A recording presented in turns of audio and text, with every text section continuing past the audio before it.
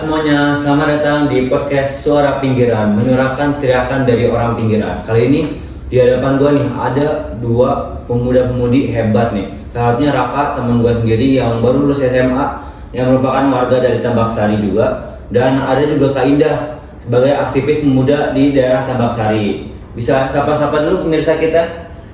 Halo semuanya penonton, halo Kak Dito, terima kasih udah diundang di sini dan semoga suara dari kampung kayak aku ini bisa didengar lah di sini. Bener banget, halo juga Kak Dito. Halo semuanya, makasih nih Kak Dito udah undang kita berdua nih. Semoga di kesempatan kali ini suara-suara atau cerita-cerita dari kampung tuh bisa masuk langsung ke ruang publik ini.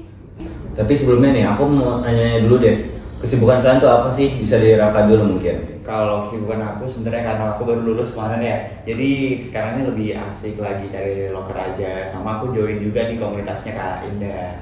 Bener banget, jadi Raka tuh join di komunitas aku. Untuk aku sendiri sih kesibukannya cuman ngurusin komunitas ruang pinggir itu ya. Jadi kayak di ruang itu tuh kita tuh fokus buat bantu anak-anak kayak pengembangan diri, dan kadang tuh suka kita bikin diskusi kecil-kecilan. Nah, buat teman-teman nih yang masih bingung gitu, kenapa ada Kak Raka sama Kak Indah nih? Nah, kenapa ada Raka sama Kak Indah ini? Kita mau ngebahas nih, kan Raka sama Kak Indah ini dari Tambak Sari ya. Kita bakal ngebahas ketimpangan sosial antara urbanisasi di kota Surabaya nih. Kan kalau kita lihat ya dari brosur resmi kota Surabaya itu semua kelihatan rapi banget, taman kota luas, gedung tinggi, jalan tol, mall terbesar di Indonesia, hotel semuanya ada. Tapi kalau kita jalan ke Tambak Sari nih, masuk gang sempit, ceritanya beda jauh gitu.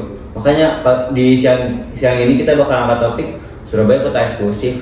Tapi kok gini sih? Buat ngebahas realita hidup warga kota yang gak hidup di tengah tapi di pinggir, tempat dimana suara-suara kayak Raka sama Kak Indah berasal.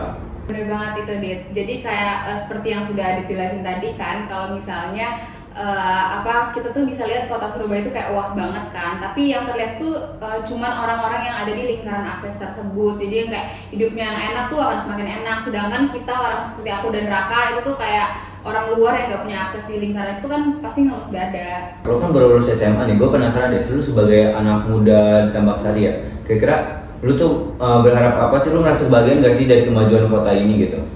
Iya, kalau ditanya kayak gitu sebenarnya bener kata Kak Indah tadi, kalau misalnya yang kita lihat di media sosial Surabaya itu dengan megahnya gitu. Namun pada realitanya yang kita lihat itu ya gang sempit, kemudian becek, sama orang-orang yang berpikiran hari ini harus makan apa gitu. Kalau ditanya kebagian atau enggak, sebenarnya ya enggak. Kalau bisa gue simpulin berarti istilahnya nonton doang ya. Jadi kalau muda-muda kayak Raka ini orang yang nonton doang terus gak ikut makan gitu. Tapi kan lu juga pasti punya harapan kan, kayak kerja atau kuliah gitu, Rak? Kalau harapan sebenarnya karena aku baru lulus pasti semua orang punya harapan buat kuliah ya. Cuman kalau misalnya dipikir lagi, karena lihat dari biaya kuliah yang sekarang mahal, kemudian cara daftarnya juga mahal ya. Jadi aku lebih pikir-pikir lagi dan aku lebih baik kerja buat bantuin orang tua aku. Nah bener banget, nah aku tuh sering banget ya ngeliat anak-anak muda kayak seumuran Raka ini kayak kesempatan itu nggak ada gitu lah, karena dia lebih milih buat kalau bisa buat kerja daripada kuliah. Nah itu tuh bisa kita simpulin tuh sebenarnya mereka tuh bukan nggak niat, tapi karena kayak semangat mereka tuh sudah mentok sama sistem yang ada. Tapi ya, gue baca di laporan BPS tahun lalu ya, Tambak Sari itu wilayah padat dengan mayoritas penduduk usia produktif loh. Tapi ternyata banyak yang kerja di sektor informal ya. Betul, jadi di Tambak Sari sendiri tuh kayak anak-anak muda, kayak Raka dan kita semua di sini tuh kayak kerjanya tuh kerja serabutan, bahkan ada yang jadi tukang parkir, jadi barista, bahkan juga ada yang jadi sales gitu. Nah itu tuh bisa kita tahu kalau semuanya itu tuh nggak ada jaminan sosial ya, jadi kayak itu tanpa stabilitas. Aku juga pernah tuh ikutan magang kayak retail gitu yang 3 hari, katanya di sana kita di training buat langsung kerja. Tapi nyatanya cuma dapat sertifikat aja dan cuma dijanjiin aja gitu. Miris juga ya, padahal kan katanya kota smart city gitu, tapi gak bisa smart untuk menyusun masa depan untuk pemuda-pemudanya gitu. Terus kabarnya juga gak cuma nyerempet sampai ekonomi doang nih, katanya udah nyerempet sampai psikologis. Ya benar, jadi kayak banyak banget anak muda zaman sekarang tuh jadi lebih sering minder gitu kan. Kayak aku tuh pernah banget ngobrol sama anak cewek kayak sekitar umur 18 tahun gitu tuh, dia tuh pernah bilang kalau dia tuh nggak percaya diri ngomong di depan banyak orang, di depan umum, karena dia ngerasa dia tuh cuma anak kampung. Nah dari situ tuh kita sudah bisa lihat kalau itu tuh bukan masalah skill, jadi itu tuh udah termasuk sama luka sosial. Jadi kayak mereka tuh udah merasa minder di awal, udah merasa kecil duluan. Tapi kalau lo, Rak, gimana? Rak, lo pernah ngerasa minder gak sih? Kalau minder pastinya pernah ya, kayak aku ngerasa aku jadi dari gang kecil, dari Tambak Sari, terus bukan siapa-siapa, tapi semenjak aku join dari komunitasnya Kak Indah, ini aku merasa kayak aku punya sesuatu nih, aku punya power baru gitu. Nah biasanya yang lebih disayangkan lagi tuh kayak kesempatannya tuh nggak datang dari pemerintah gitu loh, Dit. Jadi kayak itu tuh kita tuh nyiptain sendiri, nyari sendiri. Nah makanya aku dan teman-temanku tuh buat inisiatif buat latihan informal, kayak kita ngajarin cara desain gimana, belajar pembuatan konten itu gimana. Karena kalau misalnya kita tunggu di fasilitas sama kota, ya udah ubanan nih kita kalau nungguin. Jadi emang kota ini bertumbuh tapi nggak membersamai warga-warganya gitu berarti ya. Tapi kan kalau misalnya kita bahas ke kotanya makin eksklusif gitu, tapi nggak semua orang ngerasain. Karena gue pengen bahas nih kayak dibilang nih lebih strukturalnya gitu loh. Karena sering banget gue denger kayak orang kaya nih ngomong ke orang miskin kayak usaha dong, lo kan manusia, lo bisa kerja. Menurut kalian tuh gimana sih? Enggak sih Dit, menurut aku, karena kayak banyak dari kita tuh mulai tuh nggak dari garis start gitu loh. Kita tuh mulainya bisa dibilang tuh kayak dari lubang. Tapi kalau dari teman-teman lu sendiri Rak, gimana Rak? Banyak banget dari SMP putus sekolah, kemudian langsung dari SMA kelas 2 putus sekolah, itu banyak banget. Dan alasannya juga rata-rata sama sih, karena ekonomi juga. Nah, karena menurut aku biasanya kan banyak banget tuh orang tuh bilang kan sekolah tuh boleh gratis, tapi menurut aku tuh kita tuh nggak bisa fokus di situ aja. Kita tuh harus pikirin hal yang lain kayak biaya buku, transportasi, sama kuota internet ya pastinya. Nah itu tuh tetap jadi beban. Jadi kayak belum lagi soal dokumen biasanya buat orang yang daftar beasiswa gitu kan. Dan nggak semua tuh keluarga tuh punya. Jadi kayak di mempersulit gitu loh. Dan itu bukan soal mas doang guys, tapi ini soal sistem yang bikin orang tetap miskin gitu. Betul, dan aku dulu juga mikir kayak kerja apa aja asalkan halal gitu, karena tiap hari cuma mikirin hari ini bisa makan apa enggak ya, kan capek juga lama-lama. Nah benar banget, jadi kayak kemiskinan tuh bukan soal harapan. Jadi kayak kalau misalnya nih kita tuh udah ngerasa kecil dari awal, kayak kita tuh ngerasa kalau gitu sebenarnya tuh kita nggak bersaing, dan itu tuh bisa disebut sebagai luka sosial. Jadi kota yang adil itu bukan cuma tentang infrastrukturnya berarti ya, tapi soal siapa aja yang bisa dibawa maju gitu bersama dengan kotanya. Betul, jadi Surabaya itu ibarat kayak konser Kak. Jadi yang di depan dia bisa happy-happy, bisa joget-joget, yang kalian di belakang pagar, kita cuma dengar suaranya aja. Ya bener banget, nah itu tuh yang jadi tantangan kita, gimana caranya supaya kita bisa membuka pagar itu. Gila, dalam banget ya pembahasan kita kali ini ya. Terus kalau misalkan ya, kan gue lihat ya, berarti kalau tengah kotanya eksklusif, pinggir kotanya miskin kan terjadi ketimpangan ya. Terus kalau misalnya di ketimpangan tuh masih ada gak sih orang-orang yang gak nyerah gitu? Banyak banget sih Dit, kayak yang kamu bilang tuh benar. Jadi kayak kita tuh bisa tahu kalau sebenarnya orang miskin itu mereka tuh bukan pasrah. Justru di kampung-kampung kayak Tambak Sari ini, itu tuh semangat warganya tuh luar biasa banget menurut aku. Jadi kayak kami tuh sudah terbiasa untuk berjuang sendiri.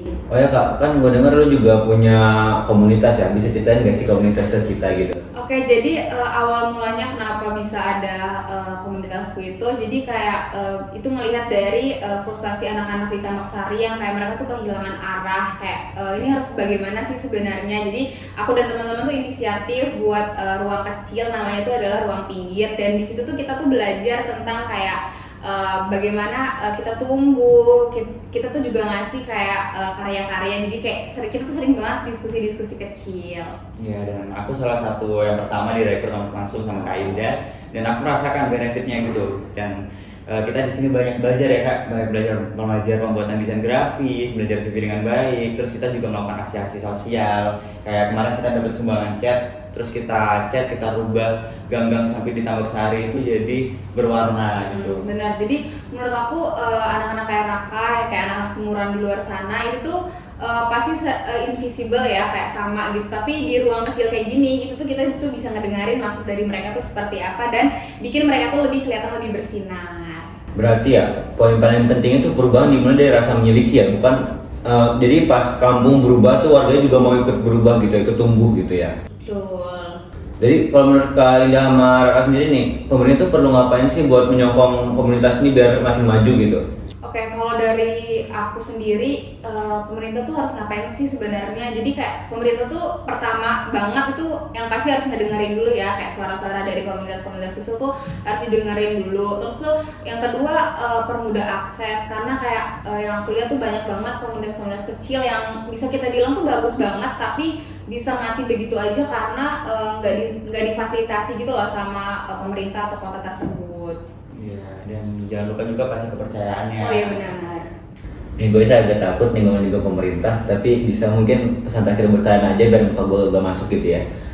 Kalau dari aku sendiri pesan buat pemerintah tuh kayak sebenarnya yang kita butuhin tuh bukan kota modern ya, yang kayak percuma gitu kan kalau misalnya kotanya modern tapi kalau warganya tuh masih tersingkirkan. Jadi sebenarnya yang kita butuhin itu adalah kota yang memanusiakan manusia. Betul, karena kota pinggir itu bukan berarti pinggiran, tapi gimana kita aja yang belum diajak duduk bareng dan ngobrol gitu. Jadi butuh cara pandang baru dari pemerintah dong ya. Betul banget, butuh. Jadi kayak aku ngerasanya warga pinggiran itu bukan beban ya. Jadi kayak kita tuh masih bagian dari kota itu. Jadi kalau bisa kita tuh nggak dianggap sebagai objek bantuan. Tapi kalau menurut lo sendiri kayak kota ini masih punya harapan gak sih kak? Menurut aku selama kita masih bicara seperti ini ya pasti harapan tuh masih ada. Cuman kayak jangan tunggu kami berontak dulu. Iya, karena ukuran dari sebuah kota itu bukan dinilai dari ukuran gedungnya, tapi gimana ukuran manusianya. Tadi sekarang ada tadi sih.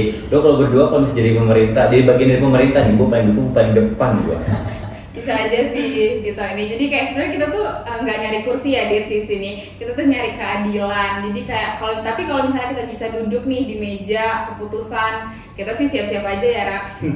Ngomongin keadilan nih, jadi ya dari kaidah gue highlight dari keadilan. Kira-kira kota yang adil buat kaidah itu kayak gimana sih? Menurut aku kota yang adil itu yang nggak ngelihat kita tuh sebenarnya lahir di mana, tapi yang bisa ngasih kita ruang untuk lebih bertumbuh sih. Betul. Dan kota yang bisa ngasih kita peluang, cuman adu nasib aja. Dan tahu suara dari pinggir juga layak didengar gitu ya. Betul. Betul banget banget itu. tadi. poin utamanya. Cukup dalam ya pembahasan kita kali ini. Jadi ini bisa dibilang kayak inilah suara dari Tambak Sari gitu ya. Kampung yang pengen didengar gak cuma dikasarin doang gitu. Harapan tuh ada. Asal pemerintah juga mau gitu turun ke masyarakat kayak mereka nya udah buat komunitas gitu kan, udah berusaha dari lobang gitu. Dari kata Kak Indah juga dari lobang mau ke permukaan, tapi gimana caranya pemerintah tuh menyokong gitu dari komunitas ini juga. Jadi ya karena pembahasan kita cukup dalam ya, semoga teman-teman semua bisa ambil hikmahnya, bisa dapat semangat juga mungkin di kota pinggiran kayak Kak Indah sama Raka. Gue Dito dari Suara Pinggiran sebagai host pamit undur diri. See you.